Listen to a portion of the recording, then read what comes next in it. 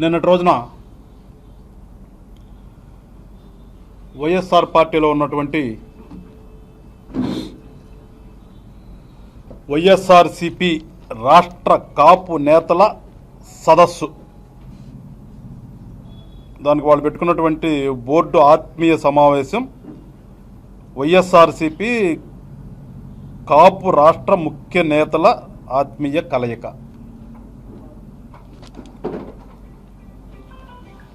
మరి వీళ్ళు ఎందుకోసం పెట్టారో, ఎవరి కోసం పెట్టారో ఒక్కసారి మన జిల్లా నేత, పక్కన ఉన్నటువంటి జిల్లా నేత ఈ రాంబాబు గారు, పేరునాయన గారు ఆ వైఎస్ఆర్ పార్టీ ఆఫీసులో కూర్చొని చెప్తారు కదా, రేపు ఒకసారి చెప్పాలని జనసేన పార్టీ తరఫున నేను వాళ్ళిద్దరిని కూడా కోరుతున్నా. ఇందులో మాకు అర్థం కాల, ఎక్కడో పాపం తూర్పుగోదావరి జిల్లా వెంకటాయపాలెంలో త్రిమూర్తులు గారు ఏదో కండక్ట్ చేస్తే వీళ్ళందరూ కూడా అక్కడ చేరారు. ఎందుకోసం చేరారు మీరంతా? దేనికోసం చేరారు? ఎవరి కోసం చేరారు? ఎవరి మెప్పు కోసం చేరారు? ఎవరికి ఊడిగం చేయడం కోసం చేరారో ఒకసారి చెబితే అర్థమవుతుంది. ఏదో అక్కడి నుంచి ఎక్కడి నుంచి చేరారు. పాపం తూర్పుగోదావరి జిల్లా వాళ్ళకి మంచిగా భోజనాలు పెట్టడం అలవాటు, మనందరూ తెలుసు. ఆతిథ్యం భాగిస్తారంటారు కదా, అలా అక్కడ ఒక 10 రకాలు పెట్టుంటారు. తినేసి ఏదో వాళ్ళ సాక్షి ఛానల్కి ఏదో 4 మాటలు మాట్లాడి వెళ్ళిపోయారు. కానీ అర్థం అవ్వాలి కదా దేనికోసమో, ఎందుకోసం కూర్చున్నారో అందరికి చెప్తే దానికి ఒక ప్రాముఖ్యత ఉంటుంది. లేకపోతే ఏముంటుందంటే సామెత గుర్తొస్తుంది, సింగడు రాను వచ్చాడు వెళ్ళాడు అని చెప్పేసి ఏదో చెప్తారు కదా, ఆ టైపులో ఇవాళ ప్రజలందరూ అనుకుంటున్నారు. పవన్ కళ్యాణ్ గారికి హద్దున్నద భాషకి ఆనకట్ట ఉండదని చెప్పేసి పక్క జిల్లాలో ఉన్నటువంటి మేధావి నేనేదో మాట్లాడాడు. సరే మాకు ఉందో లేదో, నీదేంటి చెప్పు అసలు దేనికోసం? ఇప్పుడు నువ్వు అక్కడ కానీ ఇక్కడ గుంటూరు జిల్లాలో ఉన్నటువంటి రాంబాబు గారు కానీ గతంలో చెప్పారు, మాకు గుర్తుంది. మేము వైఎస్ఆర్ పార్టీలోని నాయకులైనటువంటి జగన్మోహన్ రెడ్డి గారి దగ్గర పాలేరులాగానే బతుకుతాము అని మీరిద్దరూ ఒప్పుకున్నటువంటి మాట నాకు ఎక్కడ గుర్తుంది నాకు. మరి మీరు వేరే వాళ్ళ ఇంట్లో పాలేరుతనం చేసేటటువంటి మీరిద్దరూ వాళ్ళతో ఎట్లా కలిశారు నిన్న? సరే అక్కడున్న వాళ్ళ గురించి కూడా మాట్లాడదాం. ఇప్పుడు ఏదైనా ఒక కాజు, ఒక విషయం గురించి మాట్లాడేటప్పుడు మనం ఫ్రీగా ఉండాలి. మనకి ఎలాంటి ప్రలోభాలు లేకుండా, మన మీద ఎవరు ఒత్తిడి లేకుండా కూర్చున్నప్పుడు మనం దాని గురించి మాట్లాడాలి. మీరిద్దరు ఆల్రెడీ ఇంతకుముందు చెప్పారు కదా, మేము జగన్మోహన్ రెడ్డి గారి కాళ్ళ దగ్గర కూర్చుంటాం, ఆయన చెప్పులు పట్టుకుంటాం అని చెప్పినటువంటి మీరిద్దరు వాళ్ళ అమ్మ జనం నవ్వుదురు కాకరా బాబు, కాపు కులం కోసం వచ్చారంటే ఎట్లా వస్తారు మీరు? మన ఇంట్లో ఎవరైనా వచ్చినప్పుడు మంచినీళ్ళు గ్లాస్ ఇస్తే అది మర్యాద. కానీ నువ్వు వేరే వాడి ఇంట్లో ఉండి ఇంకోడెవడో వస్తే వాడి గ్లాస్ ఇచ్చావంటే ఆడింట్లో నిన్ను పని మనిషిగానో ఇంకోటిగానో అనుకుంటాం కదా. జనరల్గా కాస్త ఉన్నవాళ్ళ ఇంట్లో అంతే కదా, వాళ్ళు ఎవరు తీసుకొచ్చిస్తారు. అట్లా ఉన్నటువంటి మీ సమూహం అంతా నిన్న అక్కడ చేరేసేసి ఏదో మేము టాస్క్ ఫోర్స్లు పెడతారంట. టాస్క్ ఫోర్స్ నాకు అర్థం కాదు. అసలు దేనికోసం రా బాబు? మీ తాపత్రయం ఏంటి రా బాబు? అసలు పోయారు గతంలో, ఏదో అదృష్టం కలిసి వచ్చింది, ఎమ్మెల్యేలు అయ్యారు, కొంతమంది మంత్రులు అయ్యారు. ఏం చేశారు మీరు? ఇవాళ మీరు మాట్లాడేటటువంటి మీ కులానికి సంబంధించి ఏమి చేశారు ఫస్ట్ చెప్పాలి కదా. దాదాపు మీరందరూ అక్కడ జరిగిన వాళ్ళందరూ కూడా గతంలో ఎమ్మెల్యేలు మంత్రులుగా. ఒక్కడైనా సరే మీలో మీ నియోజకవర్గంలో, రాష్ట్రం అంతా మీరేం పక్కలు తెస్తారులే కానీ మీ నియోజకవర్గంలో, మీ ఊరిలో, మీ పక్కన ఉన్నటువంటి ఊరిలో ఎవరికైనా సరే మీరు సంబంధించి ఇవాళ మాట్లాడేటువంటి కులం అనే పట్ల మీరు మీ కులపాడికి వీడికి నేను ఈ ఉద్యోగం ఇప్పించాను, లేదంటే వీడికి ఈ రకంగా నేను కాంట్రాక్టర్గా అవటం కోసం ధన సహాయం చేశాను, లేదు వీడికి ఈ రకంగా నేను ఇబ్బంది పడుతుంటే సహాయం చేశాను అని ఒక్క చెప్పండి రా మీరందరిలో కూడా. నిన్న మీరు అక్కడ జరిగినటువంటి వాళ్ళల్లో ఏ ఒక్కడైనా సరే మేము వైఎస్ఆర్ పార్టీలో ప్రజాప్రతినిధులుగా ఉండి మా జగన్మోహన్ రెడ్డి గారి ఆధ్వర్యంలో ఈ రాష్ట్రంలోని కాపులందరికీ కూడా ఇతోధికంగా ఇన్ని మేళ్లు చేశాము అని చెప్పండి. ముందు చెప్పే ధైర్యం ఉందా అసలు మీకు? చెప్పటానికి అసలు చేసింది ఏమైనా ఉందా? ఇలా చూశాను ఈ పేపర్లో, వాళ్ళ పేపర్లోనే పాపం తగరాస్తారు కదా. ఇది ఎక్కడంట 39,000 ఎన్ని కోట్లు ఇచ్చేసాడంట ఈ కాపు కులానికంట. 39,317.80 కోట్లు నవరత్నాల పథకాలతో సహాయం చేశాడంట. ఏమా జగన్మోహన్ రెడ్డి గారు ఈ బ్యాచ్ ఎట్లా చెప్పలేరు, మిమ్మల్ని అడుగుతున్నాను. నవరత్నాల పథకము ఈ రాష్ట్రంలో మీ హయాంలో ఓన్లీ కాపుల కోసమే పెట్టారా? వాళ్ళ కోసమే పెట్టారా? వాళ్ళ కోసమే 19,000 కోట్లు ఇచ్చారా? కూర్చుందామా మనందరం? అంటే అఫ్కోర్స్ కావచ్చు, మీరు ఒకసారి ముఖ్యమంత్రి చేస్తున్న వ్యక్తి కాబట్టి మీ స్థాయి పెద్దదే, కానీ ఇక్కడ చర్చించేటప్పుడు స్థాయిలతో సంబంధం లే, విషయ పరిజ్ఞానం ఉండాలి. కూర్చుందామా? పెట్టినటువంటి పథకాలు నాకు తెలిసినంత రాష్ట్రంలో ఉన్న అన్ని కులాలు కనిపెట్టారు కదా మీరు. ఇవాళ మరి ఏంటమ్మా మీ కాపుల్లో, మీ పార్టీలో ఉన్నటువంటి ఈ సోకాళ్ళు కాపులు వచ్చేసేసి కాపుల కోసమే పెట్టామని చెప్తున్నారండి. మరి దీనికి సమాధానం ఎవరు చెప్తారు? వీళ్ళు చెప్తారా? జగన్మోహన్ రెడ్డి గారు మీరు చెప్పాలా? అందుకని మిమ్మల్ని అడుగుతున్నా, చెప్పాల్సింది మీరే కదా. ఒకసారి మరి రేపు ప్రెస్ మీట్ పెట్టి చెప్పండి. నిన్న కూర్చోబెట్టారు కదా, మొత్తాన్ని కూర్చున్నారు పాపం.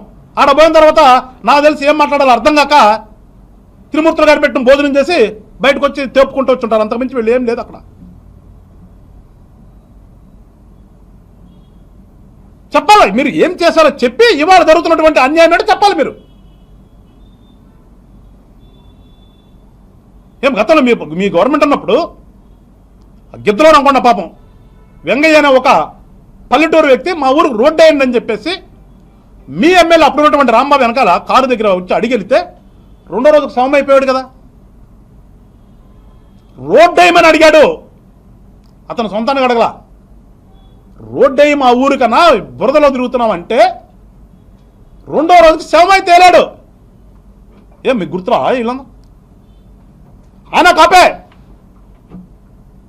వైఎస్ఆర్ పార్టీలో ఉన్నాడు కాపు మీద వాళ్ళరా. వెంగయ్య కూడా కాపే. ఎవడన్నా మాట్లాడండి మీలో, నోట్లో నుంచి ఎవరికన్నా వచ్చిందా? ఎడబెట్టుకున్నారు నోట్లు ఆ రోజునని? ఎందుకు ఎట్లా మరి గుర్తురాలేదు ఆ రోజున మీకు? అన్యాయం జరిగిపోయినట్టు, కులంకి అన్యాయం గుర్తురాలి, ఎవరికి గుర్తురాలి మీకు? మరి ఇదే వైఎస్ఆర్ పార్టీలో డాక్టర్ సుధాకర్ గారు ఒక ఎస్సీ సామాజిక వర్గానికి చెందిన వ్యక్తి. ఆయన ఉద్యోగ పర్వంలో ఉద్యోగరీత్యా ఏదో అడిగితే ఆయన ఎట్లా హింసించారో సభ్య సమాజం మొత్తం చూసింది. చనిపోయాడు. ఏదో చెప్తారు ఎమ్మెల్సీ దగ్గర డ్రైవర్ సుబ్రహ్మణ్యం ఒక ఎస్సీ సామాజిక వర్గం చెందిన వ్యక్తి మీ ఎమ్మెల్సీ చంపి ఇంటి దగ్గర పడేసిచ్చాడు. ఏ ఒక్కళ్ళైనా ఆ సామాజిక వర్గం నుంచి మా వాడుని చంపారు అని రోడ్డు మీదకి వచ్చారా? కాపు మేధావులారా, వైఎస్ఆర్ పార్టీలో ఉన్నటువంటి కాపు మేధావులారా, మిమ్మల్ని అడుగుతున్నాను, ఎక్కడైనా రోడ్డు మీదకి వచ్చి ధర్నా చేశారా మా ఎస్సీ అతను చంపారని? రేపలలో కుర్రాడు పాపం వాళ్ళ అక్కనేది అంటున్నాడని చెప్పేసి అడిగితే మీ నాయకుడు సామాజిక వర్గం సంబంధించినటువంటి రెడ్ల పిల్లలు అతన్ని తగలబెట్టారు. అతను బీసీ కులం. ఎవరన్నా బీసీలు రోడ్డు మీదకి వచ్చారా? మా వాడిని చంపారని. మాచర్లలో చంద్రయ్య గారు ఒక బీసీ సామాజిక వర్గానికి చెందిన వ్యక్తి, అడ్డంగా మీ వాళ్ళు గొంతుకాయ కోచి చంపారు. జై జగన్ అనమాట అనలేదని. ఎవరైనా రోడ్డు మీదకి వచ్చారా ఆ సామాజిక వర్గాల నుంచి? నంద్యాలలో ముస్లిం కుటుంబం మొత్తం రోడ్డు ట్రైన్ కింద పడి చచ్చిపోయారు. అక్కడ జరుగుతున్నటువంటి ఇబ్బందుల్ని సెల్ఫీ వీడియోలు తీసుకుని. వైఎస్ఆర్ పార్టీలో ఉన్నటువంటి ఆ సామాజిక వర్గం నుంచి ఎవరైనా రోడ్డు మీదకి వచ్చారా? ఏమి కర్మ పట్టిందిరా మీకు? వాళ్ళందరూ ఆత్మ గౌరవంతో బతుకుతున్నారు ఆ పార్టీలో ఉన్నా కానీ. మీకేమైపోయింది ఆత్మగౌరవం? మీకు ఎవడు కాళ్ళ దగ్గర తాకట్టు పెట్టారా మీరు? ఎవడు కోసమరా మీ తాపత్రయం ఇది? మీకు మించిన అభిమానం ఉంది మాకు కూడా. ఈ రాష్ట్రంలో పుట్టిన ప్రతి ఒక్కడికి ఎవడు కులం మీద వాడికి అభిమానం ఉంటుంది, లేకుండా ఎవరు ఉండరు. లేదని చెప్తే అబద్ధం, అందరికి ఉంటుంది. కానీ మీరు ఎవడు కోసమైనరా బాబు మీ తాపత్రయం? నిన్నగాక మొన్న ఇప్పుడు మీరు ఏదైతే తీసుకొచ్చారో ఇష్యూ, విజయవాడలో జరిగిన ఇన్సిడెంట్ కంటే ముందు ఒక వారం రోజుల ముందు ఒక కమ్మ సామాజిక వర్గానికి చెందినటువంటి ఒక వ్యక్తిని మైలవరం పోలీస్ స్టేషన్లో లాకప్ డెత్ జరిగింది. ఎవరన్నా వచ్చారా కమ్మవారు రోడ్డు మీదకి? కానీ మీ పార్టీలో ఉన్నటువంటి విజయవాడలో సంబంధించినటువంటి ఈస్ట్ నియోజకవర్గానికి సంబంధించినటువంటి ఇన్ఛార్జి గారు ఒక కమ్మ సామాజిక వర్గం వ్యక్తి కాపులను చంపంగానే మాత్రం ఇక్కడ రోడ్డు మీదకి వచ్చేస్తాడు. అతను కూడా మీతో పాటు కలిసి. ఎందుకు ఇంత దౌర్భాగ్య స్థితిలో బతుకుతున్నారు మీరందరూ కూడా? ఏదో మీకే జరుగుతుందా? రాష్ట్రంలో రకరకాల ఇన్సిడెంట్స్ జరుగుతూ ఉంటే, జరిగినప్పుడు ఎవడో ఒకటి పోతుంటాడు, ఏదో కులానికి సంబంధించిన ఉంటాడు. పుట్టుకతో కులం వస్తుంది మనకి. సో ఏదో ఒక ఇన్సిడెంట్ జరుగుతుంది, ఇన్సిడెంట్లో ఎవరో ఒకటి పోతుంటారు. కానీ మీ అంత దౌర్భాగ్యంగా ఎవరూ కూడా ఇట్లా రావట్లేదు కదా రోడ్ల మీదకి.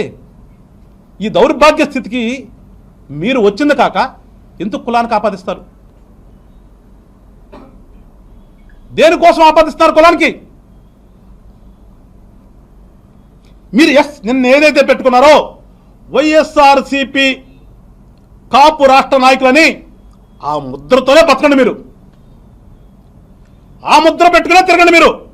ఎట్లా ఇక్కడ అమరాబాబు గారు వేసుకుంటాడు, ఇక్కడ జగన్మోహన్ రెడ్డి ఫోటో వేసుకుని తిరుగుతుంటాడు.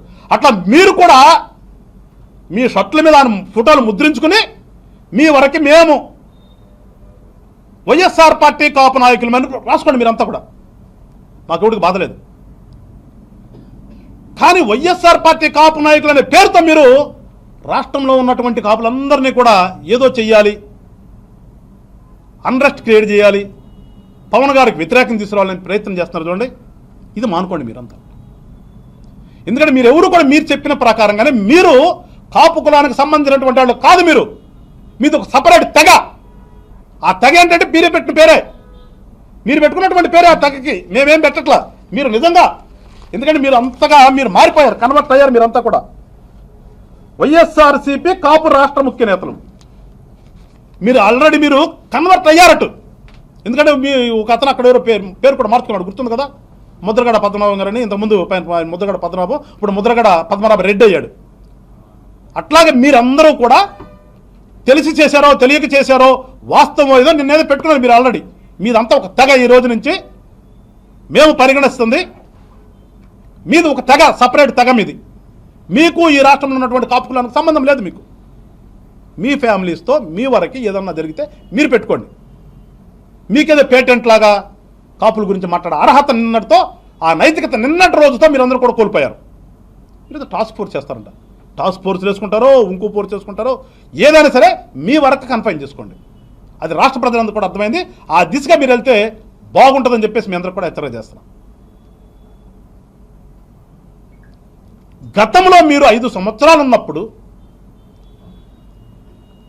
ఒక్కటంటే ఒకటి ఈ కులానికి సంబంధించినటువంటి ప్రయోజనం కలిగేటటువంటి ఒక ఇన్సిడెంట్, ఒక ప్రయోజనం కలిగేటటువంటి ఒక ప్రయోజనకారిగా ఉండేటటువంటి ఏ ఒక్క ప్రయోజనం కూడా ఒక్కళ్ళకు కూడా అందకుండా ఒక స్కీమ్ లేకుండా చేసినటువంటి మీరు ఇవాళ వచ్చి కాపు నిధుల గురించి మీరు అడుగుతారా? ఏమైపోయింది గతంలో మీరున్నప్పుడు ఉన్నటువంటి కాపు కార్పొరేషన్? ఏమైపోయింది గతంలో మీరు పెట్టినటువంటి విదేశీ విద్యాదీవెన? ఏమైపోయింది? ఏం చేశారు మీరు సపరేట్గా?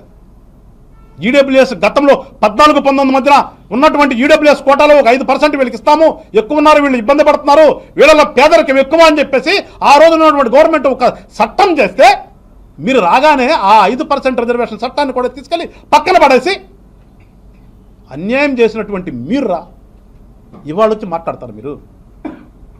అదే 5% రిజర్వేషన్ కానీ ఉండడితే మొన్న జరిగినటువంటి 16,500 ఉద్యోగాల డిఎస్సి రిక్రూట్మెంట్లో 16,500లో నుంచి 5% అంటే ఎన్ని వచ్చాయి?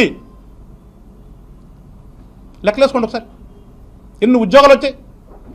మీ దౌర్భాగ్య స్థితి వల్ల కదా పోయింది.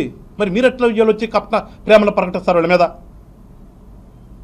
మీరు ఇవ్వకపోగా ఇచ్చిన దాన్ని కూడా తీసేసినటువంటి ఘనత ఉన్నటువంటి మీరు ఇవాళ వచ్చేసి గతంలో కాపులకు ఏం చేయలేదు అని మీరు మాట్లాడతారా?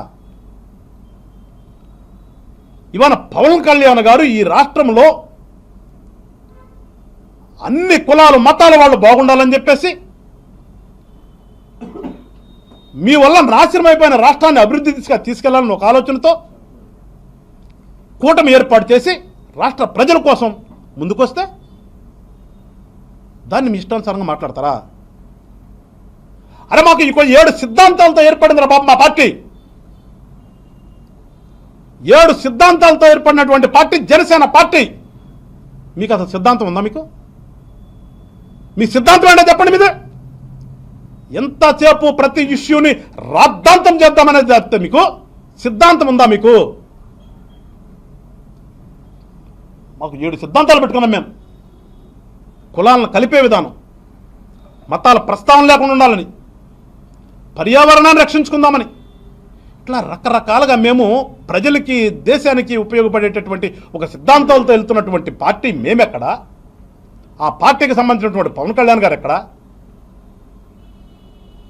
ప్రతిదానికి కుక్కల్లాగా మురిగేటటువంటి మీరు, మీకు సంబంధించినటువంటి నాయకుడు ఎక్కడ? మీకు ఏమైనా పోలుకుంది అసలు?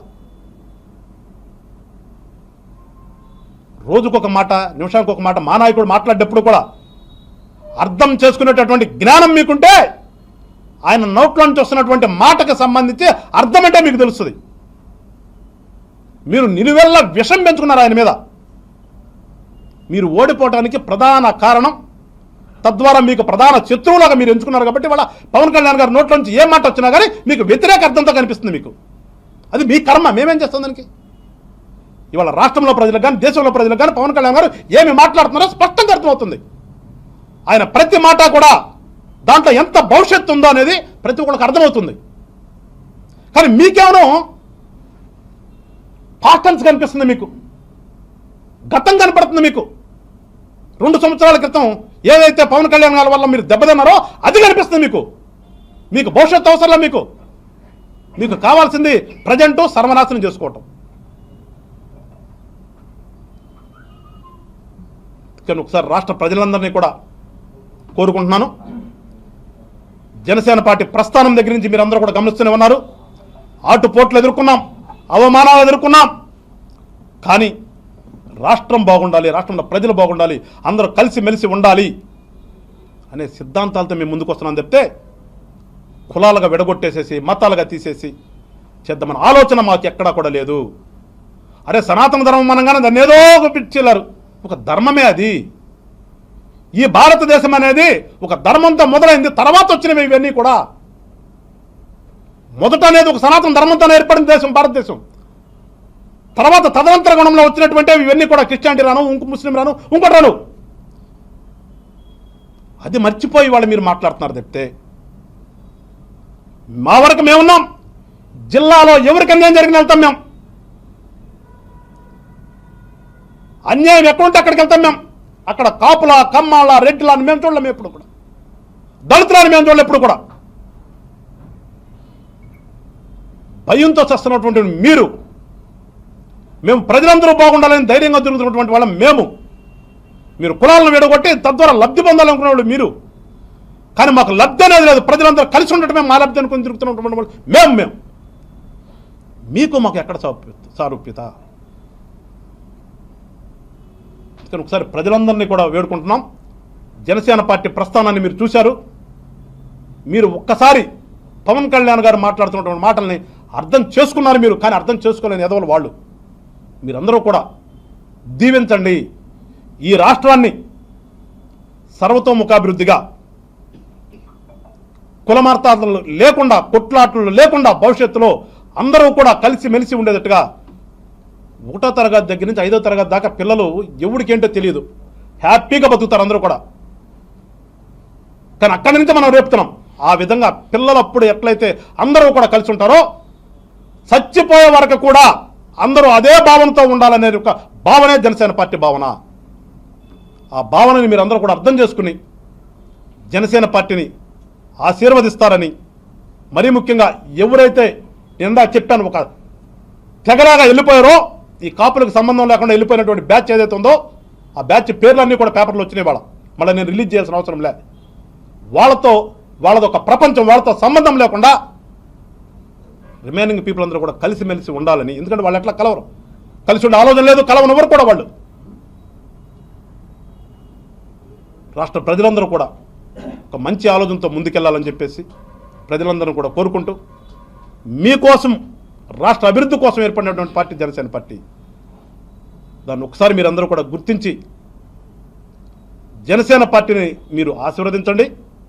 మేము కూటమిలో ఉన్నామా, ఏ పార్టీలతో కలిసామా అనేది కాదు, మేము తద్వారా రాష్ట్రానికి కానీ రాష్ట్రంలో ప్రజలకు కానీ ఏ విధమైన మంచి చేస్తున్నామో ఆ మంచిని మీరు స్వీకరించి ఆశీర్వదించాలని చెప్పి మరొకసారి కోరుకుంటూ రాష్ట్ర ప్రజలందరికీ కూడా నమస్కారాలు తెలియజేస్తూ సెలవు తీసుకుంటాను.